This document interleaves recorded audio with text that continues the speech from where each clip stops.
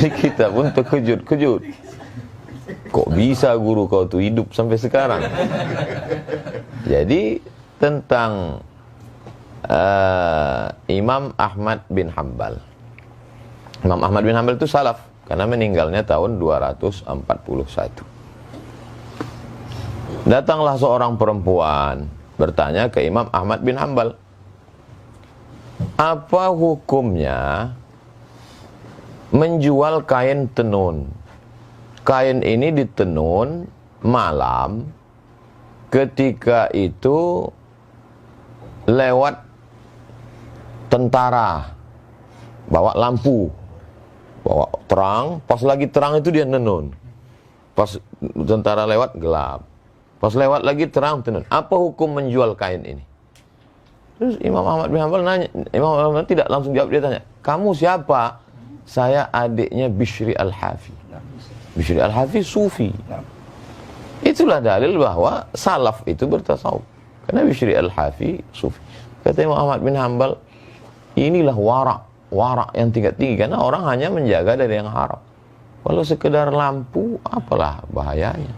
Tapi dia takut itu menjadi hijab antara dia dengan Allah Subhanahu wa ta'ala.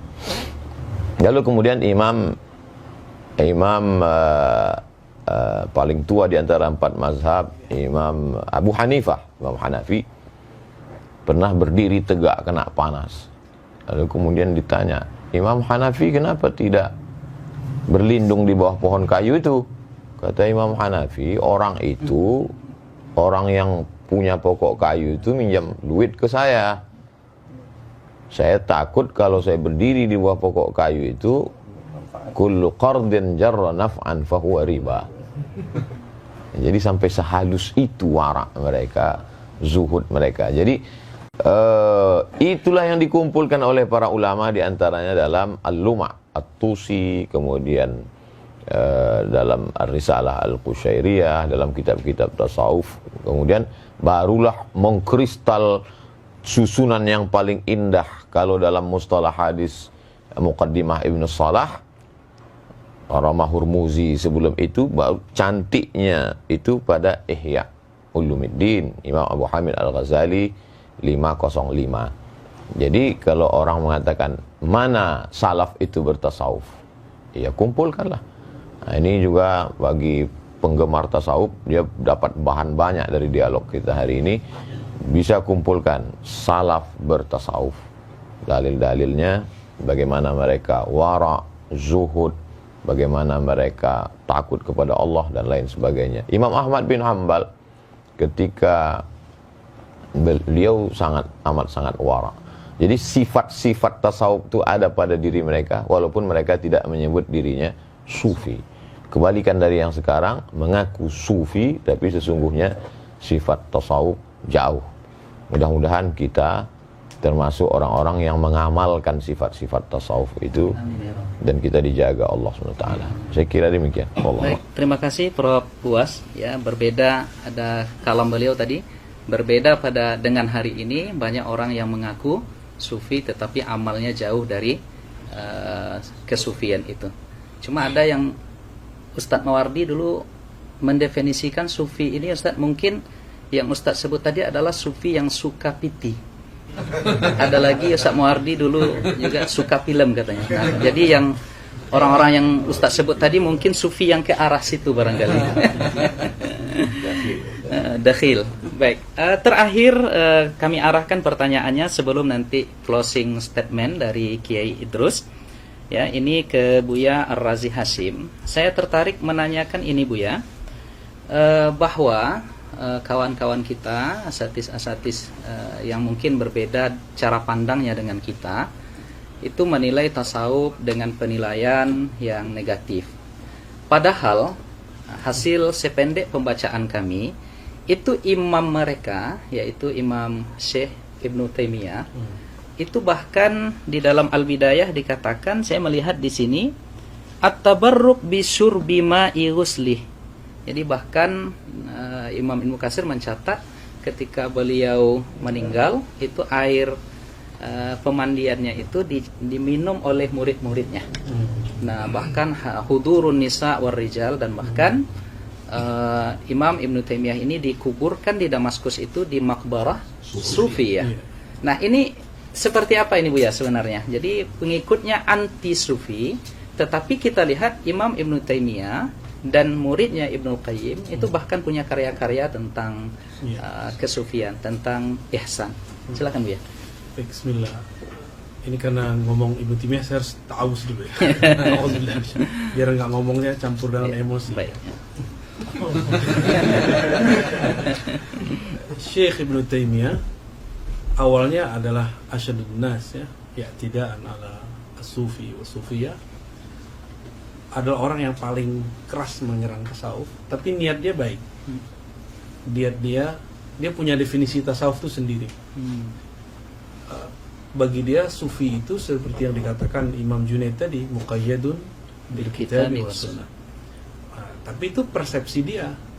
Maka dia seranglah Al-Bakri, dia seranglah Ibn Arabi, hatta Ghazali nggak selamat dari dia, hatta Al-Kushairi itu pun dihantam. Yang paling lucu yang dari kalangan Hanabilah yang menulis kitab Manazilus Sairin, Al-Imam Al-Harawi, yang gelarnya juga Syekhul Islam, itu juga dikritisi oleh dia. Jadi Ibnu Taimiyah ini memang jiwa-jiwanya kalau sama orang Asy'ariyah sekarang ya ini jiwa rudutnya tinggi ya. Sehingga kalamnya betul-betul sangat fasih. Kata Az-Zahabi, jika dia yarud ala syai' ka'anna kulla kitabin baina 'ainaihi. Seakan semua kitab yang dia serang itu sudah hafal semua. Cerdas secara ibarah ya. Jadi dia cerdas secara memorize, bukan cerdas secara analyze. Ya.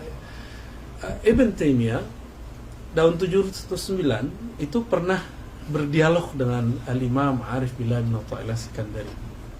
Kita pernah bahas itu kemarin ya. Di situ terjadi dialog. Sebenarnya Ibn Athaillah sedang yunsih ya, memberikan nasihat yang tulus kepadanya.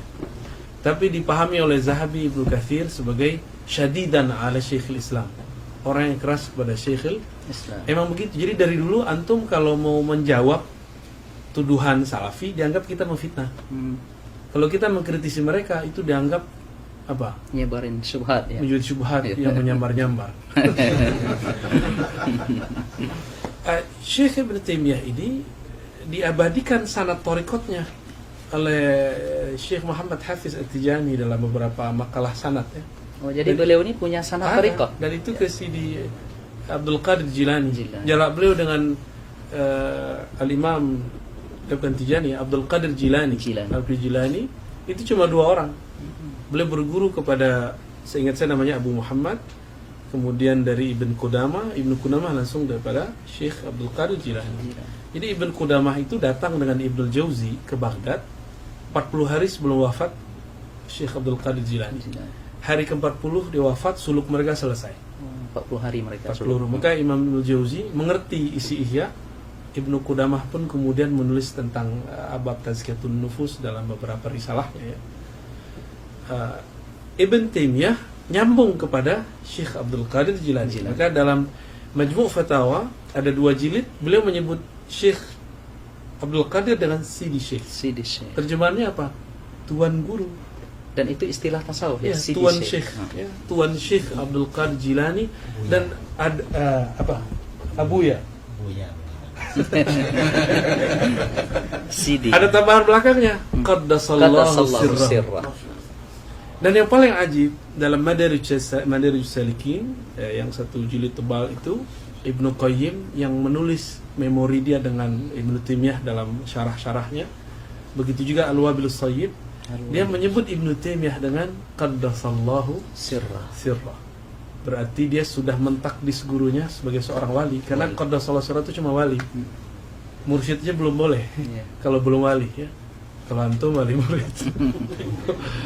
Jadi Ibnu Taimiyah fi awakhir umri kana yamil ila tasawuf bal yadfa anhu. Jadi beliau di akhir hayatnya memang sudah cenderung bertasawuf karena sudah tidak boleh lagi nulis, tidak boleh lagi berfatwa, dan beliau yakhtimul Quran fi shalah.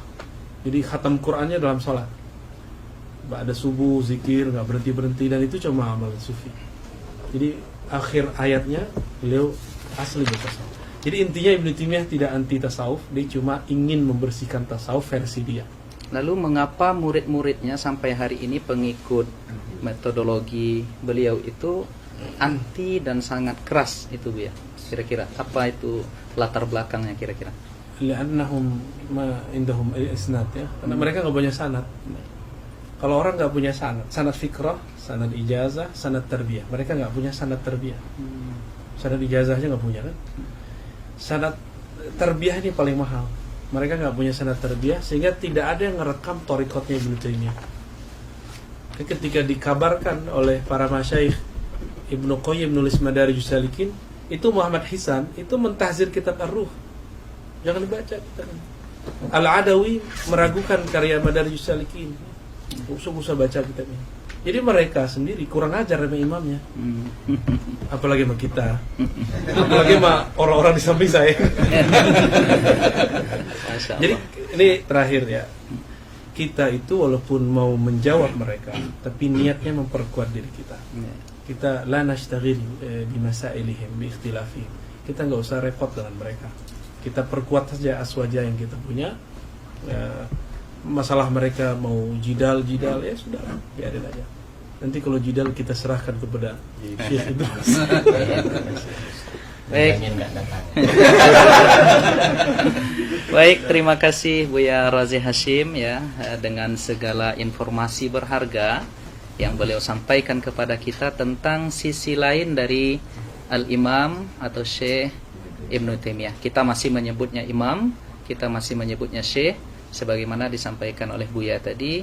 Murid-murid beliau sudah menganggap beliau pula menjadi seorang wali dengan ungkapan qaddasallahu sirrah. Artinya ujung-ujungnya kita yang ingin mencintai tasawuf ini adalah kebeningan kalbu. Maka kita tidak punya rasa benci kepada siapapun. Artinya ketika ada yang menuduh kita, tentu kita berhak untuk memberikan hak jawab. Itu aja barangkali ya.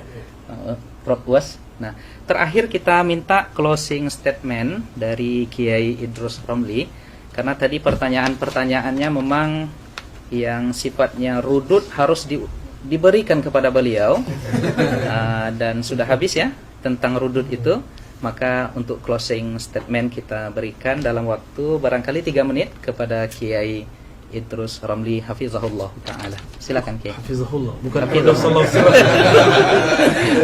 Hafizahullah taala. Alhamdulillah mirip Wahabi. Sengaja tadi disebut itu mau memancing Kiai. Apa komentarnya? Silakan Kiai, tafadhol. Terima kasih ya. Jadi saudara-saudara kaum muslimin dimanapun Anda berada, dari tadi kita menikmati sajian tentang ilmu tasawuf yang disampaikan oleh ini dua tuan guru yang sangat viral sekarang ini. Setelah saya gitu.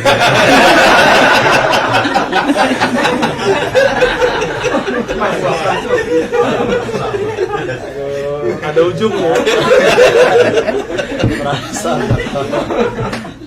Tuan Guru UAS, kemudian juga di samping saya Buya Dr. Al-Razi Hashim, dan beliau semuanya doktor. Saya gurunya dokter. Saya ini kawannya. Dokter pilih ijazah. Maafin saja. Bahwa ajaran tasawuf itu adalah ajaran Islam yang murni dan sumbernya dari Al-Quran, hadis, serta pengamalan generasi salaf sejak para sahabat dan generasi berikutnya. Itu ajaran tasawuf. Dan tasawuf ini merupakan satu di antara 3 pilar dalam Islam yang tidak dapat terpisahkan.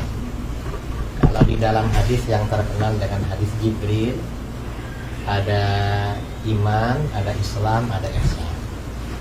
Iman ini kemudian di dalam agama kita ini diterangkan oleh para ulama dalam ilmu akidah, ilmu tauhid, kemudian Islam, kemudian menjelma menjadi ilmu fikih, dan ihsan menjelma menjadi ilmu tasawuf atau ilmu akhlak.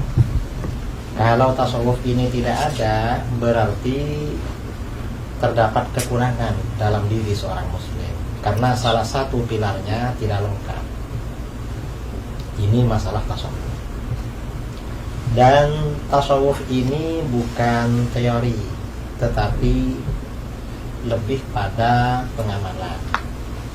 Karenanya para ulama ketika mendefinisikan tasawuf, definisinya beda-beda. Karena yang mereka definisikan itu sesuai dengan ahwal atau apa yang dicapai, yang dirasakan oleh masing-masing. Karena memang tasawuf itu lebih pada pengamalan daripada teori. Karena itu kaum muslimin ya dimanapun berada, ya tidak perlu meragukan terhadap keabsahan ilmu tasawuf. Dan tersebarnya Islam di negara kita adalah karena jerih payah para ulama sufi. Para ulama sufi lah yang menyebarkan Islam di wilayah Nusantara ini. Sehingga kita, mayoritas bangsa kita, mungkin 90% bangsa kita muslim, itu semua atas jasa-jasa para ulama sufi. Kita bersyukur kepada Allah Subhanahu wa taala, cinta kepada para ulama sufi. Kalau Al-Fakir sendiri, Al-Fakir ya bukan sufi. Bukan sufi dalam arti yang diterangkan dalam ilmu tasawuf. Kalau seperti kita ini ya mungkin muhibbin. Kita ini menjadi penggemar ya, menjadi penggemar pecinta kaum sufi, itu sudah bagus sekali. Kalau kita ini menjadi sufi betulan seperti para ulama sufi yang dulu-dulu, ya mungkin ya bukan makomnya. Kita ini hanya makom pencinta sufi. Saya kira seperti itu. Dan saudara-saudara gak perlu ragu-ragu dengan kebenaran tasawuf. Kalau ada orang-orang yang tidak suka dengan tasawuf, menuduh-nuduh, mau bilang sesat, bilang apa, itu gak perlu didengar. Karena mereka, yang jelas mereka tidak masuk dalam dunia tasawuf dan bukan orang-orang sufi. Saya kira itu dari saya, mungkin mewakili dari 3 narasumber, 2 saya dan 2 kawan ini ya, termasuk mewakili diri sendiri. Terus dilawan. Saya kira itu dari saya. Kurang lebihnya mohon maaf. Assalamualaikum warahmatullahi Waalaikumsalam warahmatullahi wabarakatuh. Masya Allah, rekan-rekan sekalian, para asatiz, para hadirin hadirat yang dimuliakan oleh Allah, keterangan-keterangan, penjelasan dan uraian yang disampaikan oleh ketiga pendekar aswaja ini luar biasa. Saya tidak akan menyimpulkan apapun yang mereka sampaikan, tetapi sebagai penutup dari moderator, saya teringat dan diingatkan oleh beberapa kawan tadi. Dulu ada 3 orang Asy'ariyah sezaman. Yang pertama namanya adalah Al-Imam Ibnul Baqillani. Itu gelarnya digelari pada masa itu dengan Bahrun Mawrik. Ya, beliau ini ibarat lautan yang menenggelamkan. Kemudian ada Al-Imam Abu Bakar Ibnu Furak, Ibnul Fawrak, ya. Ini gelar beliau adalah Sallun Mitrak, ya. Pedang pemukul besi. Jadi luar biasa hujah-hujah beliau sezaman dengan Imam Ibnul Baqillani. Dan ada lagi disebut oleh Imam Nawawi, beliau ini adalah Al-Ustad Abu Ishaq Al-Isfirayini. Nah, ini gelar beliau adalah Narun Tuhrik. Narun Tuhrik, ya, api pembakar. Nah, sekarang agaknya kita boleh memberikan gelar kepada ketiga asatiz kita di sini, ya, rekan-rekan yang setuju, ya. Yang pertama kepada Buya Ar-Razi Hashim kita gelari dengan Barqun Lami', ya. Barqun Lami', kilat yang menyilaukan. Kemudian kilat yang menyilaukan, insyaallah dengan ilmu dan ruhani beliau. Kemudian kepada Yai Idrus, karena beliau biasanya garang, ya, untuk merudut segala, ya, mengkonter segala pemahaman-pemahaman yang keliru, kita gelari sebagai Asadun Qami', yaitu singa pemberangus. Karena beliau punya saja'ah, ya.